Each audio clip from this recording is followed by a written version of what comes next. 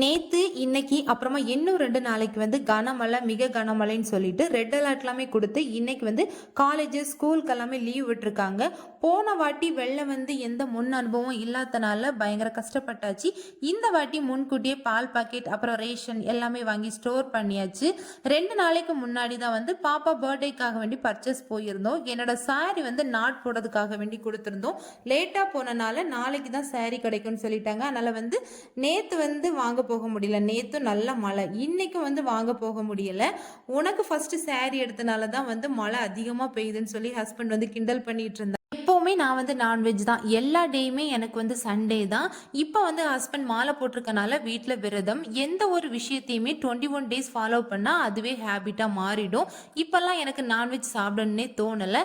எந்த ஒரு விஷயத்தையும் நீங்கள் சேஞ்ச் பண்ண நினைக்கிறீங்கன்னா கண்டிப்பாக 21 டேஸ் ஃபாலோ பண்ணி பாருங்கள். அவ்வளோதான். நெக்ஸ்ட் வீடியோவில் பார்ப்போம். பாய்.